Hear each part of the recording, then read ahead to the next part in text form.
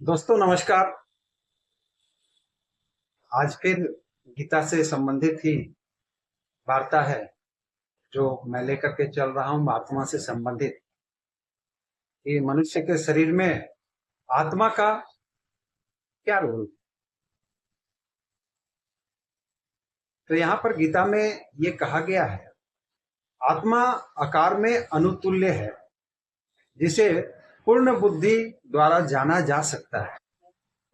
यह अनुआत्मा 5 प्रकार के प्राणों में तैर रहा है। प्राण, अपान, व्यान, समान तथा उदान।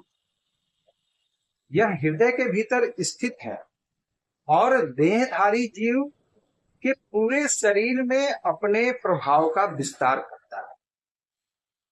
जब आत्मा को 5 वायु के कलमश से शुद्ध कर लिया जाता है तो इसका आध्यात्मिक प्रभाव प्रकट होता है।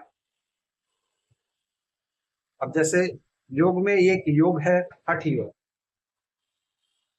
हठ योग का प्रयोजन विविध आसनों द्वारा उन 5 प्रकार के प्राणों को नियंत्रित करना है जो आत्मा को घेरे हुए है।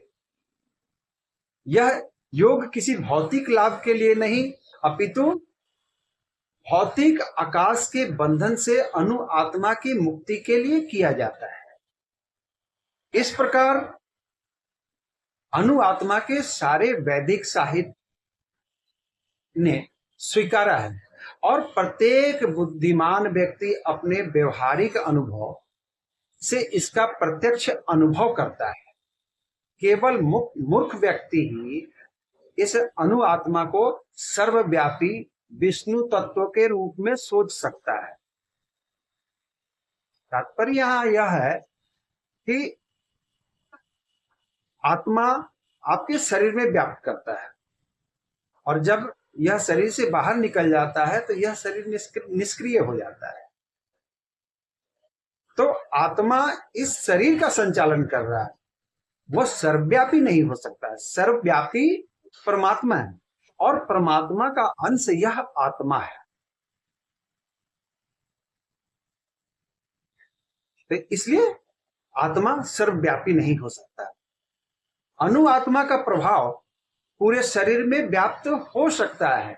मुंडक उपनिषद के अनुसार यह अनु आत्मा प्रत्येक जीव के हृदय में स्थित है और चूंकि भौतिक विज्ञान इस अनु आत्मा को माप सकने में असमर्थ है, अतः उनमें से कुछ यह अनुभव करते हैं कि आत्मा है ही नहीं। विशिष्ट आत्मा तो निसंदेह परमात्मा के साथ साथ हृदय में है और इसलिए शारीरिक गतिविधियों की सारी शक्ति शरीर के इसी भाग से उद्भूत है। जो लाल रक्त कण फेफड़े से ऑक्सीजन ले जाते हैं वे आत्मा से ही शक्ति प्राप्त करते हैं। अतः जब आत्मा इस स्थान से निकल जाती है तो रक्तोपादक संलयन यानी फ्यूजन बंद हो जाता है। औषधि विज्ञान लाल रक्त कणों की महत्ता को